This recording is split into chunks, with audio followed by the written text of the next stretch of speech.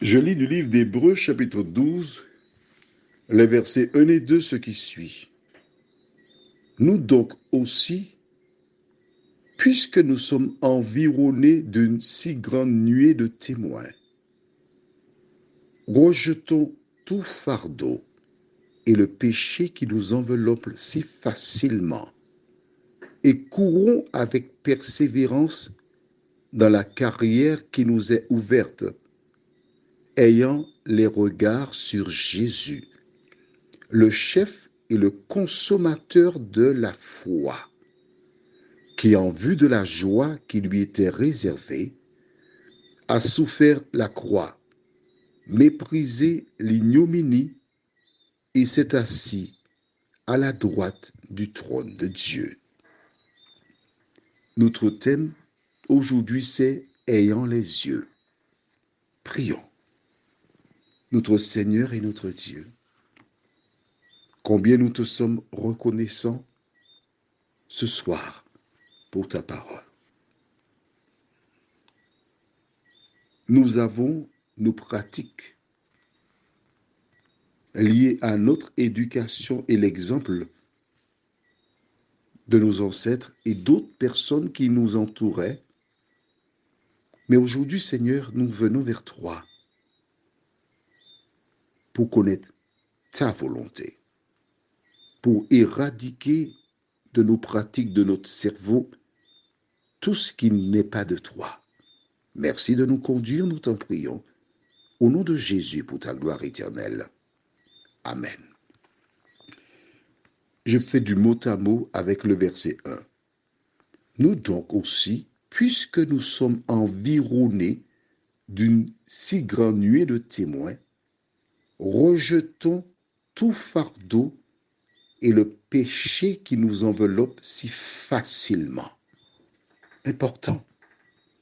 Il s'agit de Saul, devenu Paul, qui a rédigé de nombreux épîtres dans la Bible.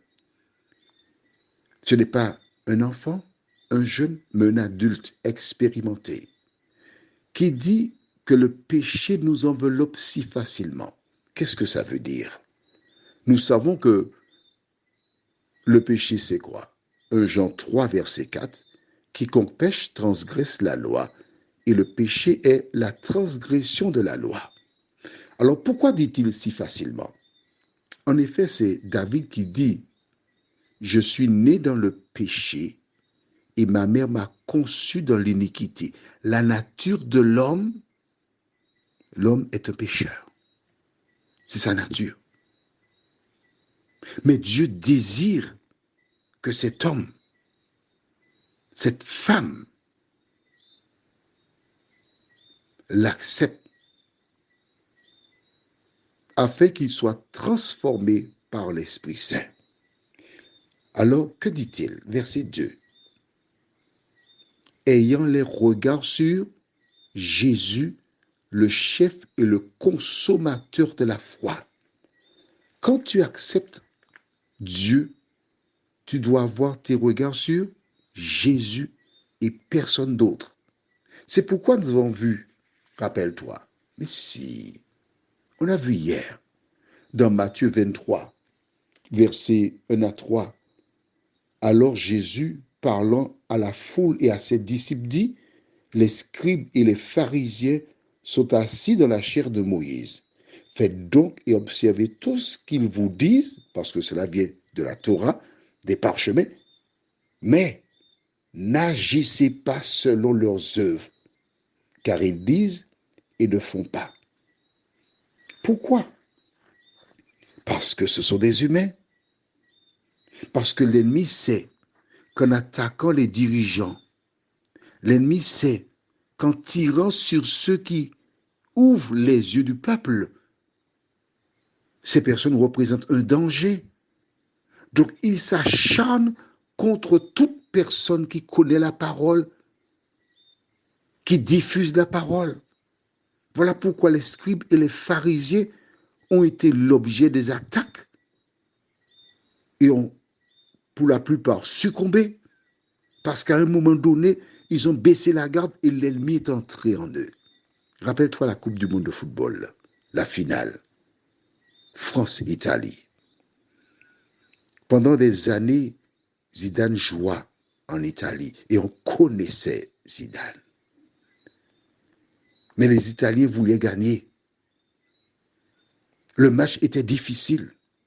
Et à un moment, Materazzi a dit à Zidane, ta mère était sur son dé, tac, tac, tac.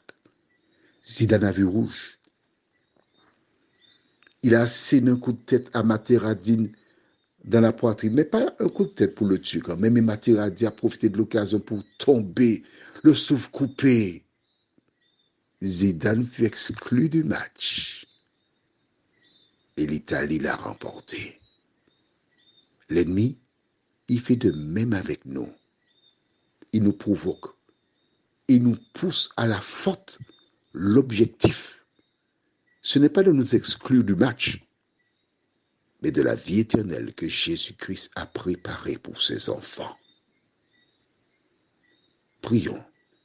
Seigneur, nous te remercions ce matin pour ta parole qui nous parle. Nous te remercions pour ce que nous venons de découvrir. Tu nous dis de ne pas regarder aux hommes, parce qu'ils sont comme nous. Aide-nous, ô Éternel, chaque jour, à vivre pour toi, à nous laisser conduire par ton esprit, afin que ta lumière luise en nous chaque jour, nous t'en prions. Au nom de Jésus et pour ta gloire éternelle. Amen. Que l'Éternel te garde et qu'il te bénisse. Et n'oublie pas, ne parle pas des gens, parle de l'amour de Jésus. Bonne nuit.